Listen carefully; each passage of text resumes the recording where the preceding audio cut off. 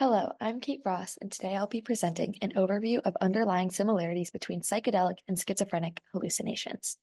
My mentor on this project was Clara Liao, and I'm currently presenting from South Florida. So this is a table of contents. So we'll review what schizophrenia and psychedelics are to have a broader understanding of the complex ideas. Then we'll talk about the psychedelics in the 50s and 60s and why this topic of schizophrenia and psychedelics even existed because of its history. Then we'll go into the discussion of the overlaps between schizophrenia and psychedelics. And then finally, a conclusion. So what is schizophrenia? Schizophrenia comes with a variety of symptoms, causes of onset, and treatments. So to start, there are positive, negative, and cognitive symptoms, all which make up the symptoms of schizophrenia. So positive symptoms are categorized as any symptom that causes an increase in brain activity. And this is hallucinations, delusions, and disorganized speech and thought.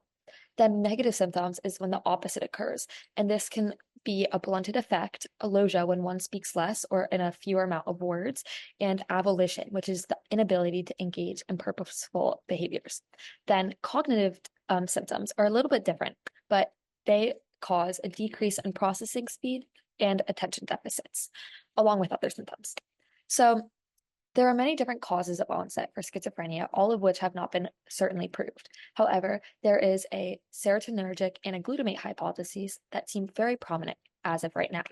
So the serotonergic hypothesis observes how stress-induced serotonergic overdrive from the Ralph nucleus disrupts cortical neuron function. This, along with the hyperactivity of serotonin receptors in the cerebral cortex, is a prominent theory. The other is a glutamate hypothesis, and this is newer, but it has key points to make it a dominant theory in this field. It states that positive symptoms come from excessive release of dopamine and the mesolimbic pathway, and because of abnormal function, the neurocircuit loop causes glutamate to disinhibit dopamine. Negative and cognitive symptoms can actually, on the other hand, be caused by not enough dopamine. So this irregular circuit causes both positive and negative and cognitive. Ultimately, these two hypotheses lead to different causes of onset for schizophrenia. And finally, in the last section of what is schizophrenia, treatments. So there are first and second generation antipsychotics, and this just basically means are they an agonist or antagonist of different receptors. But there is also a 5-HT2A mGlu2 heteromeric complex. So the heteromeric complex is a GPCR, which means it's a gene protein coupled receptor. So 5-HT2A and mGlu2 work together to talk and cause hallucinations, hypothetically. So they crosstalk with GI and GQ proteins, as you can see in this diagram, and it has been proven that they are possibly necessary for the processing of hallucinations and also in psychedelic drugs, but we'll get to that in a bit. So ultimately, the crosstalk between these two receptors causes synaptic mechanisms, downstream or regulation mechanisms, and it creates genetic factors that result from the heteromeric complex. The G proteins connecting loop allow for the processing of antipsychotics and hallucinations. For instance, in an mGlu2 knockout mice, which means that mGlu2 receptors have been knocked out of the mice, mice were unaffected by common neurological effects caused by hallucinogens. And this is because the 5-HT2A receptor most likely needs its mGlu2 receptor to crosstalk and ultimately cause the effects of hallucinations.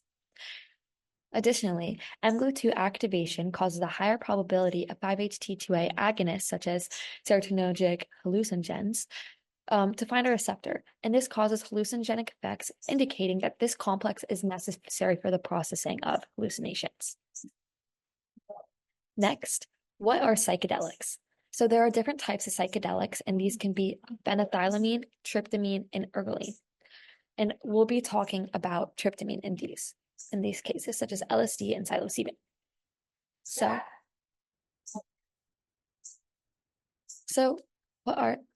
there are different classes of symptoms in brain regions affected. So the different classes of psychedelics can be phenethylamine, tryptamine, and ergotamine.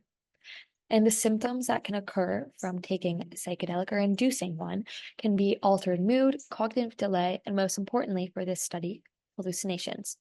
And the brain regions affected are all over, and that can be the frontal cortex, the hippocampus, thalamus, and brainstem. And now we will go to the psychedelics in the 50s and 60s. It's important to note that this study was conducted off of memory in patients that were intoxicated, so there are very high probables of error. However, there are two major takeaways from this study. One is that negative symptoms were improved, and two, psychosis was not exacerbated. So, when recent researchers look back at this data and they see the history of it, they realize that a positive feedback loop from AMPA receptor stimulation most likely resulted in effective treatment. What also occurred scientifically is that there was most likely an increase in dendritic arbor complexity, synapse formation, and neurotrophin levels. And as we'll get into very briefly, these are all very, very helpful for schizophrenic patients. So the discussion will just go over the different overlaps between schizophrenic and psychedelic hallucinations mechanisms. So to start, there will be neuroplasticity, the cortical striatothalamo-cortical theory, or CSTC theory, 5-HT2A mediated hallucinations, the triple network disconnectivity, and then finally, computational modeling of synaptic connections. Okay, to start with neuroplasticity. In neuroplasticity, the definition is the brain's capacity to form and reorganize synaptic connections in response to internal or external stimuli. So for this, it is a general thing to start with that in schizophrenia, there can be up to a 60% synapse loss. And this means that their connections in their brains slowly decrease. And this may start at a glutamatergic hypofunction. Impaired plasticity is theorized in schizophrenia and psychedelics to occur from an NMDA or glutamatergic receptor's hypofunction. For instance, when ketamine, an antagonist of NMDA, which means it shuts it off, are delivered, hypofunction takes place, causing hypoglutamatergic states in psychedelics, which are also seen in schizophrenia. Gamma-aminobutyric acid, aka GABA, also modulates synaptic plasticity as NMDA receptors modulate the firing rate of GABAergic neurons. And if the glutamate receptor's function is impaired, altering fire rates can occur from GABA neurons. In a NIBS technique study, which is a non-invasive brain stimulation study, dysfunctional plasticity reduced cortical inhibition and functional promoter motor connectivity was found. This neuronal degeneration in the prefrontal cortex happens in the pathophysiology of a lot of different mental illnesses. Neuronal degeneration in the PFC or prefrontal cortex contributes to the pathophysiology and a lot of different mental disorders, and this causes many scientists to aim at therapeutic options for it. So ketamine or serotonergic hallucinogens like psilocybin or LSD have been used to aid the structural and functional plasticity. Ketamine and serotonergic hallucinogens like psilocybin and LSD have been used for their structural and functional plasticity to help with schizophrenia. They are proficient in increasing neurogenesis in vivo and in vitro. However, why are these things helpful for neurogenesis? And this could be because the TrkB, mTOR, and 5-HT2A signaling pathways are stimulated by psychedelics. In different studies using DOI, DMT, and LSD, each drug increased the number of dendritic spines in unit length. Specifically, LSD was observed to double the amount of dendritic spines in different samples. Next, the CSTC theory. So this theory starts with the PFC or prefrontal cortex and thalamus, and ultimately it states that the PFC contributes or has a gating mechanism system set for the thalamus. So whatever information the PFC receives will be gated and sensed, and only some will be allowed to go through the thalamus. However, it is hypothesized that in schizophrenic patients, this CSTC theory is not the same as it is in healthy patients. It is otherwise altered, and the alteration causes the PFC to be unable to gate the thalamus, and an override of sensations occurs, and ultimately hallucinations may happen. It also occurs for psychedelics, and this is because psychedelics can cause the CSTC loop or theory to be altered, just as the same in schizophrenia, however, through different mechanisms. And with this, the same thing will happen. The PFC will not be able to gate information to the thalamus as it does in healthy patients. And an overload of sensory in, overload of information occurs, and ultimately hallucinations can come from that. Then the triple network theory. So this is a very complex theory, and four things are required to understand it. To start, the DMN hypothesis, or default mode network hypothesis, is built on how relative activity decreases in separate brain regions during task performance states. So, for example, at default mode, you are doing nothing, you are simply relaxed.